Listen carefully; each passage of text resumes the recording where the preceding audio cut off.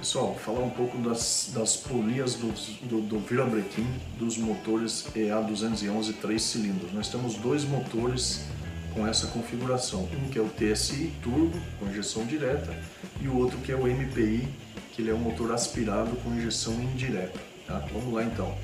O motor MPI, ele utiliza uma polia do virabrequim balanceada. Ela é toda estriada ali no contato com o virabrequim, é toda estriada, e ela pode ser montada em qualquer posição que vai estar correto, porque ela é uma polia balanceada. Do TSI, ele tem o mesmo procedimento de instalação ali, ela também é estriada e ela vai dar certo em qualquer posição, porém não deve ser montada em qualquer posição, porque a polia do TSI ela é desbalanceada, ou seja, o peso dessa polia, a massa dela fica toda para um lado, tá? E do outro lado ela é oca. Então, de um lado ela é maciça, do outro lado ela é oca. Então, como que a gente deve proceder nesse caso aí? Se for um motor MPI, qualquer posição que eu instalar vai estar correto. Se for um motor TSI, o que eu devo fazer? Colocar o meu motor, o virabrequim com o primeiro cilindro em PMS, que seria o posicionamento de sincronismo do motor, né? E aí instalar essa polia com a marca que ela tem na polia, alinhada com a marca OT, que fica na proteção da correia dentada. Então eu preciso colocar isso. Pensa comigo, se eu inverter essas polias de um motor para outro, tá? O problema é que eu não posso gerar nos dois motores, né? Vamos pensar no TSI, se eu montar essa polia exatamente o contrário do que ela deve ser montada.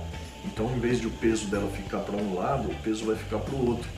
Numa situação, numa montagem correta, o peso do volante, que também é desbalanceado, ele fica para um lado e o peso da polia fica para outro lado, oposto do peso do volante.